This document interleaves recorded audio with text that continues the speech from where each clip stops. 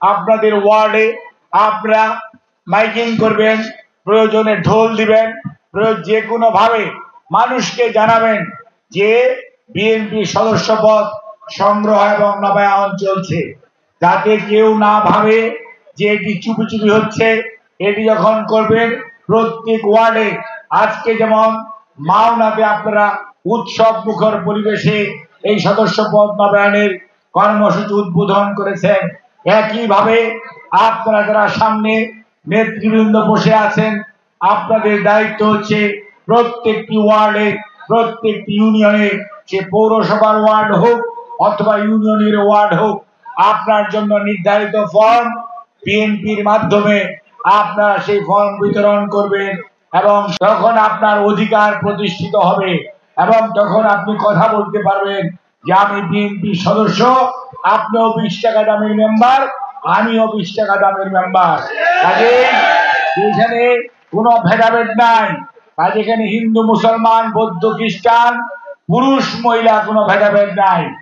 Form বিতরণ করবেন স্বৈরাচারের দোসর যাতে সদস্য না হয়, তাদেরকে সাথে নেওয়ার দরকার নাই। কিন্তু অন্য যারা আগ্রহী বিএনপির পতাকা তলে সমবেত হতে চায়, তাদেরকে আপনারা দয়া করে সাথে নেবেন। কোন অবস্থাতেই ভাববেন না ওই লোকটাকে নিবেন না, এই সিদ্ধান্ত দেওয়ার ক্ষমতা আপনার নাই। এই সিদ্ধান্ত আপনার ইউনিটের নেতৃবৃন্দ দিবেন এবং সেটি সুশৃঙ্খল ভাবে আপনারা সবাই ফর্ম নিয়ে যাওয়ার পর ঘরের মধ্যে রেখে দিবেন না। ওয়ার্ডের মিটিং করবেন, ইউনিয়নের মিটিং করবেন এবং নেতা কর্মীদেরকে সাথে নিয়ে ফর্ম ফিল আপ করবেন, যাতে মানুষ বুঝতে পারে প্রত্যেকটি ওয়ার্ডে একটি উৎসব মুখর পরিবেশে সদস্য পদ সংগ্রহ। এবং ভাববেন না যে আপনি খুবই শক্তিশালী মানুষ, মনে রাখবেন শক্তিশালী মহান রব্বুল আলামিন আর এই জনগণকে সুসংগঠিত করবেন এবং সাথে নিবেন, ঐক্যবদ্ধ করবেন 31 দফার আলোকে। তাহলেই মনে রাখবেন বাচ্চু জয়যুক্ত হবে।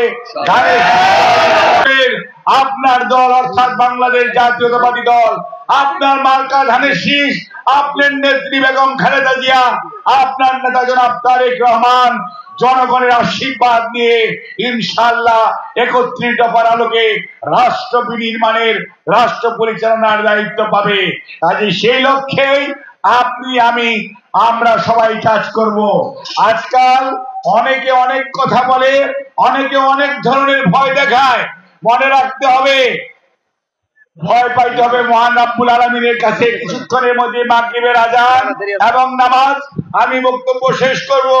শুধু এটুকুই বলতে চাই শ্রীপুরবাসীকে এবং এই মাওনাবাসীকে যে আপনাদের সামনে যে সুযোগ এসছে, আগামী মধ্য ফেব্রুয়ারি জাতীয় নির্বাচন, এই নির্বাচনকে প্রলম্বিত করার জন্য, নির্বাচনকে পিছিয়ে দেওয়ার জন্য একটি স্বার্থান্বেষী গোষ্ঠীর এবং স্বৈরাচারের দূষর তাদের প্রচেষ্টা অব্যাহত রেখেছে। কোন অবস্থাতেই তাদেরকে জয়যুক্ত হতে দেওয়া যাবে না।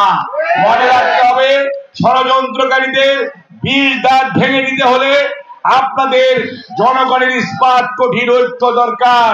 গ্রামে গ্রামে নির্বাচনের পক্ষে জনমত গড়ে তুলুন এবং ষড়যন্ত্রের বিপক্ষে জনমত তৈরি করুন। তাহলেই মনে রাখবেন ষড়যন্ত্রকারীরা পালিয়ে যাবে এবং জনগণ জয়যুক্ত হবে। পৃথিবীর ইতিহাস বলে কোন ষড়যন্ত্রকারী কোনদিন জয়যুক্ত হয় নাই। জনগণের শক্তির কাছে সকল ষড়যন্ত্রকারী মাথা নত করেছে, যেমনটি মাথা নত করে পালিয়েছে 24-এর 5ই আগস্ট সেই মহাশক্তিশালী স্বৈরাচার। কাজেই জনগণের শক্তি আল্লাহ রাব্বুল আলামিনের পরেই সবচেয়ে বেশি শক্তি। কাজেই নিজের উপর আস্থা রাখবেন, জনগণকে পাশে নিবেন। আসেন আমরা ঐক্যবদ্ধ হই।